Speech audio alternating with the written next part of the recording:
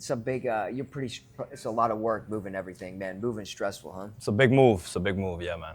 Because just one of these machines alone is like quarter of a truck at times. Wow. You know. So how are you're shipping it all here on a trucks or what?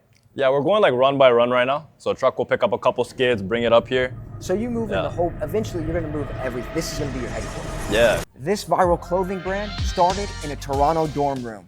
Welcome back, Houston. Kirby, better here with See You at the Top. And today I'm here with Manik, the owner and founder of ICY. Nice to meet you. And we're sitting here in Houston, Texas, man. We're here in his warehouse and you just moved to Houston. First, I just want to say, man, welcome to Houston. That's also an iconic rap song, one of my favorite ones. So welcome to Houston, man. If there's anything you need throughout your stay here in Houston, man, we want to make you feel at home. I feel Houston, Texas is the greatest city in the world, and I want to show you that as well. I'm grateful to be here with you today. Tell us a little bit about, you're originally from Toronto. Yeah. Tell us, a little bit about ICY, but also tell us, why did you decide to move part of your operation here to Houston, Texas? To Houston, yeah. So I'm born and raised Toronto, lived there for 25 years, and now me turning 26 this year, and our business being based online, we knew that we had to move to the US. So I traveled to maybe 10 different cities in the US as a visitor, on a visitor visa. I went to LA, I went to Miami, I went to Dallas, even other parts of Texas. And I came to the conclusion that Houston would be the best place to put my business. It was a very obvious bet to make because it was already one of the biggest cities for my apparel brand. And it's a central location. I could ship anywhere in the US, one-day shipping zone. People here are fantastic. Good cost of living, good cost of lifestyle, but at the same time, you don't feel like it's like you're getting lost in a big city. You get small town vibes in a big city, and I don't see that anywhere else in the US. Man, that's amazing. So I personally know Houston, Texas is the greatest city in the world, but if there's anybody out there listening, we want to convince you right now that Houston is the greatest city. So you went to Dallas, you went to Miami. Miami's clearly a hot spot right now. It's a hub. Yeah. So I guess you kind of named a few there, but what really made your final decision to come here to Houston? Yeah, so Miami was like where I thought everything was going to start and finish, but I went there and 70% of the people there could only speak Spanish. So when you look at cities, you have to obviously go somewhere where you have a diverse population, right? You don't want to go somewhere and one, you can't speak the native language, and one, it doesn't remind you of home. So for me, I feel like Houston and Toronto, my home city, they're kind of intertwined. They're kind of linked up for some reason, and I can't really put my finger on it. Put my phone on airplane mode here. He's blowing up. ICY's blowing up, guys. I don't know if airplane. There you go. But I think Houston, I felt the most at home, the most welcoming city. I felt like, amongst all these different cities where there's kind of this facade, everyone's trying to be somebody. People here naturally are themselves, right? I feel like people here that are doing very well, they don't necessarily need to be in the flashiest cars or be wearing the nicest watches. Whereas other cities, everyone's just trying to make a point. Here, people are authentic to who they are. Miami, no, for 100%. LA, same bucket. Even in Toronto, there's a lot of fraudsters too. But people here, and correct me if I'm wrong, I feel like people here are honest. Right. I mean, I think Houston, for entrepreneurs, me and you were both, young entrepreneurs just getting started on this journey. You're 26. Yeah. I really feel that you hit on it. Houston is a melting pot, and I feel like it has everything that every major city has, like New York, like Los Angeles, like Miami, but it also has this more laid-back environment as well because we're so spread out. So I feel like the opportunities here are truly limitless. And I'm gonna have to come to Toronto and kick it with you next, man. And I haven't ever been to Toronto. I love Canada. But yeah, man, I think people, there's some real hustlers here, man. And I think Houston's, I think you moved here at the perfect time, bro. I think Houston, the next generation of Houston is now. Yeah. And I think we're coming up. I want to be on the cutting edge of this new entrepreneur shift that's coming, but it's a real hustle and bustle town, man. And I think in a lot of ways it's underrated. And I think you moving here, myself launching this world's first 10 Cybertruck fleet, I think we're showing people that Houston is a place where you can really chase your dreams, man. 100%. I feel like people here are very in tune with culture as well, right? There's a lot of great cultural references that obviously relate to hip hop and music, dating back into great movies as well that are based out of Houston. So you also have to go somewhere where like it relates to your brand. So I own a streetwear brand. My average customer is 18 to 24 years old. It's a young consumer that's on the internet 24/7. I can't be in like a Delaware. I have to be in like a hot city that people want to live in and actually want to spend their time in. Houston's that city.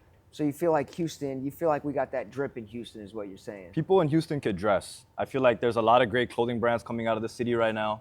Apparel brands are stronger than ever. There's only a couple cities in the US that fit that bucket, and you guys are one of them for sure. Man, not our guys. You're part of Houston now, man. You're part of the Houston family now. So tell me a little bit about ICY, man. First of all, what does ICY mean? I love the name, but tell me a little bit. You know, I believe behind every name for a brand, there's a deeper meaning behind it. What's the meaning behind ICY? Yeah, so the word ICY relates to Canada. It relates to our hometown and where the brand was originated. So ICY relates to when the brand was started. It was started in a very cold winter. We started off selling jackets and cold gear. We were giving it out to a lot of homeless people around that time when we first started off the brand.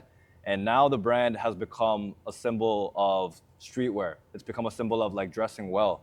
If you see somebody, they've got a great outfit on, I see you right now with a beautiful chain, I'd be like, oh, you look icy, right? So that's why we named the brand what we named the brand.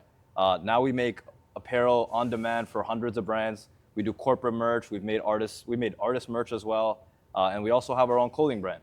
So for us, everything is made in the USA. Everything's made in Canada. We got printing machines here. This warehouse right now is super new. I've only been here for 2 weeks.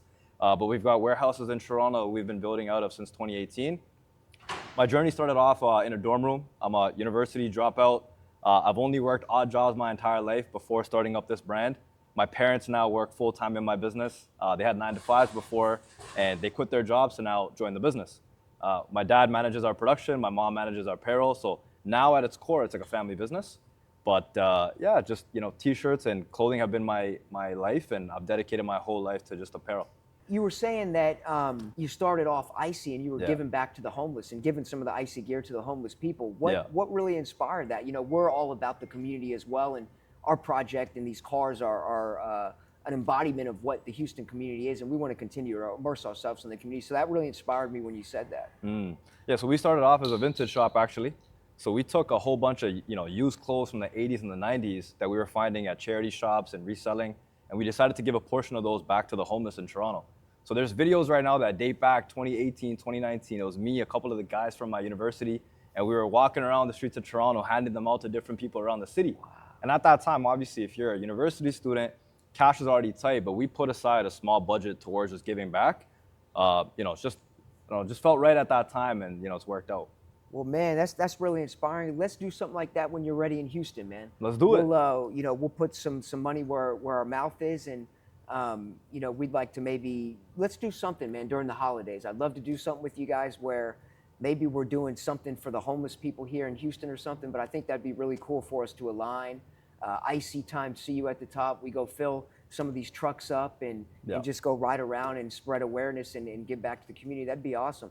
So it seems like your brand has really evolved from just kind of starting with this vintage company to kind of getting to what it is now. Yeah. I guess my question is, to where you are right now, you're making big moves. You just touched down, blasted off here in Houston, Texas. What have been some of your biggest challenges getting to where you are right now? I'd say being a Canadian citizen, getting into the US, opening up a business is a pain in the ass. They're not handing visas out as quickly as they are now than they were in the Biden administration. So I'd say the hardest part has been getting a visa, being a stamped business on paper, and being able to conduct business here while not being a US citizen. I'm a Canadian right now, but maybe in 5 years I'll become a US citizen. We'll have to find out. We know a lot of lawyers, man, so I can definitely connect you to some of the right people to help you out with that. So you would say getting over here was pretty tough? Getting over here was super challenging. We're on an E2 visa right now.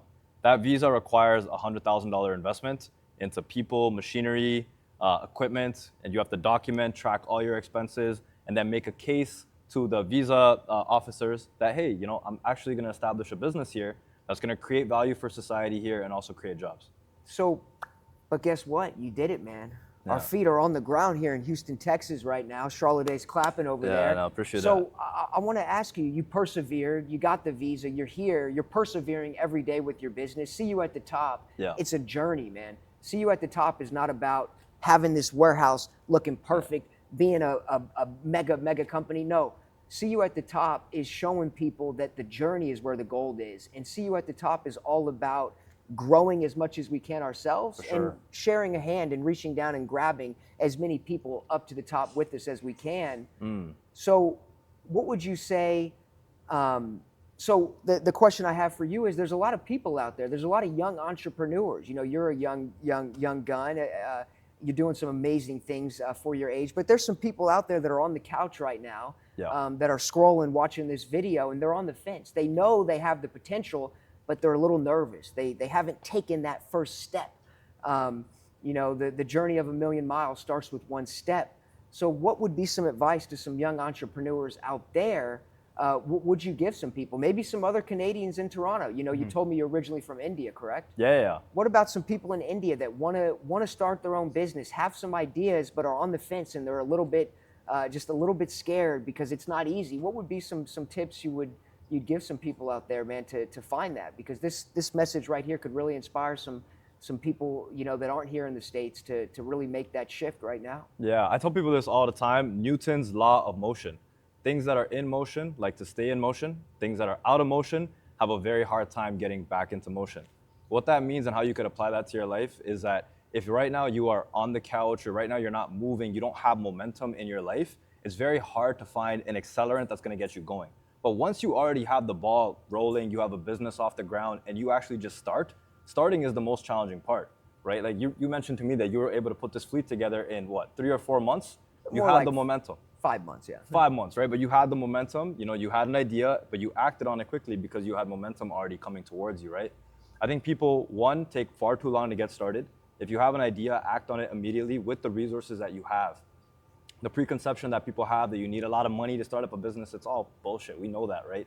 You could have a couple $1,000s that you could save up from a job at McDonald's and be able to start your own first business. It's not hard, right? I think a lot of people have this like idea that, you know, building a brand is a challenge, and in the early days it is, but you have to have the focus and the drive to actually want to get started. Right, that's awesome, man.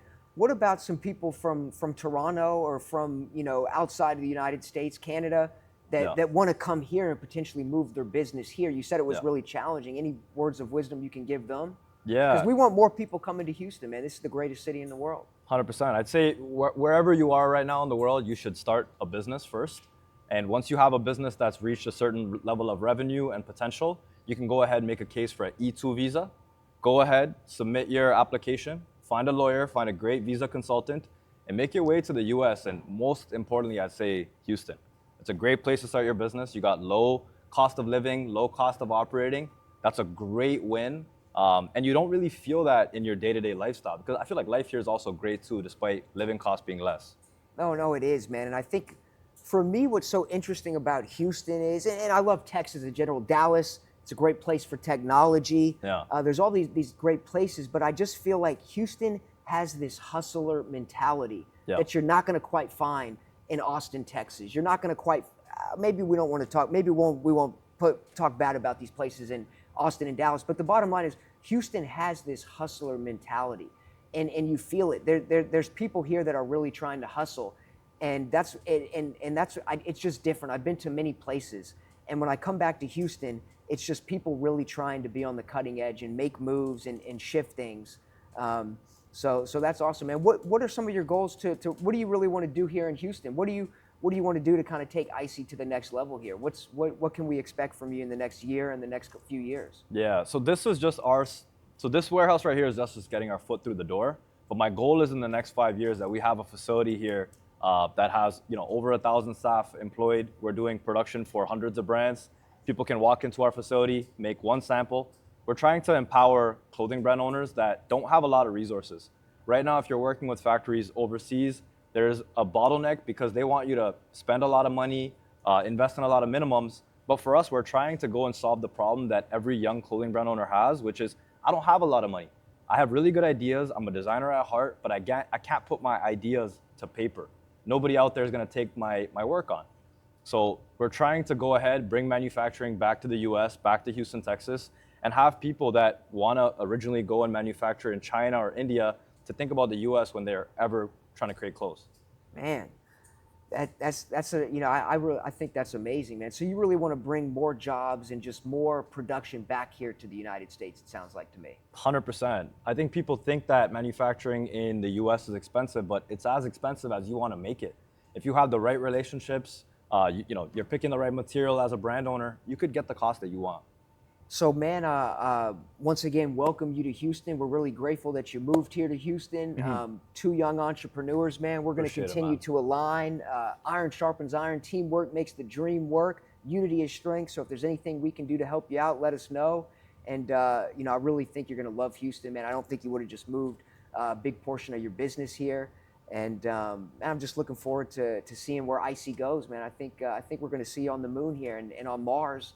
With these cyber trucks pretty soon, man. Appreciate it, man. I love your messaging and the journey that you've created. But I like to say, right, the journey is everything, and you know, I'll follow you along and watch what you guys do here. You know, we're gonna follow each other, man. Appreciate Houston, it. Texas, live from Houston, Texas. Signing off. Once again, make sure you follow your boy ICY. Yeah. Where can they find you on social media? Where ICY. My personal Instagram is ICY Manik. We just bought the domain icy.com. You can go to icy.com as well. Yeah. icy.com, man. We're going to ask you off camera how much that one cost you, man. But thank you so much, everybody, for being on this journey with you. We're so grateful for you. Support our boy ICY. Support the greatest city in the world, Houston, Texas. See you at the top.